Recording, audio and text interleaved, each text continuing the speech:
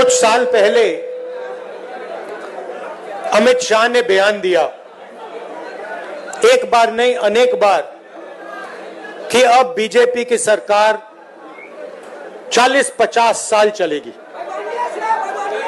हाँ, और मैं सोच रहा था कि यह व्यक्ति कैसे कह सकता है, इसको कैसे मालूम कि बीजेपी की सरकार 40-50 साल चलेगी।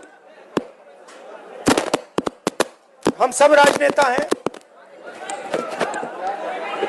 जनता क्या करेगी, जनता के दिल में क्या होता है, जनता ही जानती है। तो ऐसा बयान देना कि अब हमारी सरकार 40-50 साल चलेगी, यह अजीब सा बयान है। और उस टाइम मैंने सोचा था कि इसको कैसे मालूम कि 40-50 साल के लिए सरकार चलेगी। और अब सच्चाई पूरे देश के सामने आ गई है। वो ये बात इसलिए कह सकते हैं कि वो वोट चोरी करते हैं। क्या बीजेपी 50 साल सत्ता में रहेगी? अमित शाह के एक बयान को राहुल गांधी ने पकड़ लिया। 2018 में बीजेपी के कार्यकारिणी की मीटिंग में अमित शाह ने कहा था 2019 का चुनाव बीजेपी जीत रही है और इसके बाद भी 50 साल तक बीजेपी अपने काम और जनता के विश्वास के आधार पर 50 साल के लिए सत्ता में रहेगी। लेकिन मधुबनी में राहुल गांधी ने अमित शाह के इन दावों को वोट चोरी से जोड़ दिया। इसी साल जुलाई माह में अमित शाह ने राज्यसभा में बयान दिया कि बीजेपी 30 साल सत्ता में रहेगी, तो कभी 40 साल तो कभी 50 साल तक सरकार में रहने का उनका बयान मिल जाएगा।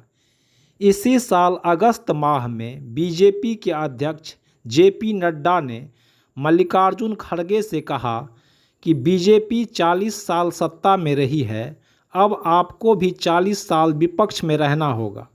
कोई पार्टी अपने काम के आधार पर सत्ता में बने रहने का दावा तो करती है, लेकिन 40-50 साल तक सत्ता में रहने का दावा सिर्फ बीजेपी ही करती है। मधुबनी में राहुल गांधी ने कहा, बीजेपी इसलिए इस तरह के दावे करती है क्योंकि वोट चोरी का फार्मूला उसे मिल गया है। जब से राहुल गांधी ने वोट चोरी को लेकर प्रेस कॉन्फ्रेंस किया है, प्रधानमंत्री नरेंद्र मोदी और गृह मंत्री अमित शाह ने चुप्पी साध ली है। राहुल गांधी ने कहा, हम आज इसलिए बोल रहे हैं क्योंकि अब मेरे पास प्रमाण उपलब्ध है। अब ये बात बच्चे बच्चे को समझ में आ गई है, लेकिन मीडिया को यह बात समझ में नहीं आई है। मीडिया में जनता की आवाज़ नहीं है, ये नरेंद्र मोदी की आवाज़ है। आखिर बिहार भी SIR में एक पते पर हज़ारों लोगों के साथ कैसे हो सकते हैं? राहुल गांधी ने कहा, मोदी पर वोट चोरी का ठप्पा लग गया है। शायद इसी दम पर बीजेपी 50 साल तक सत्ता में रहने का दावा कर रही है। कुछ साल पहले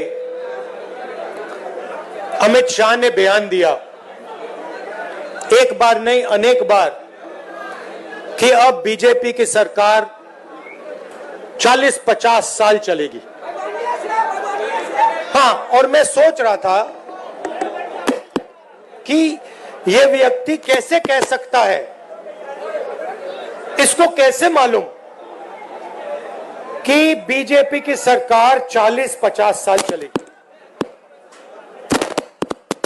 हम सब राजनेता हैं, जनता क्या करेगी, जनता के दिल में क्या होता है, जनता ही जानती है।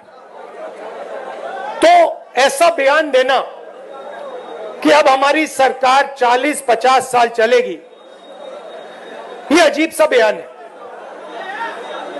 और उस टाइम मैंने सोचा था कि इसको कैसे मालूम कि 40-50 साल के लिए सरकार चलेगी। और अब सच्चाई पूरे देश के सामने आ गई है। वो ये बात इसलिए कह सकते हैं कि वो वोट चोरी करते हैं। राहुल गांधी वोट चोरी के आरोपों को सरकार के साथ एक तरह से चिपका दी है।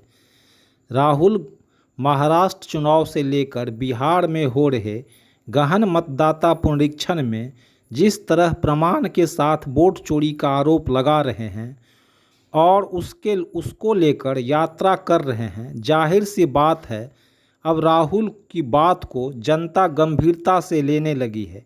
वोटर अधिकार यात्रा में राहुल के साथ उमड़ा जनसैलाब इसका प्रमाण है कि एसआईआर के मुद्दे पर जनता राहुल के साथ है।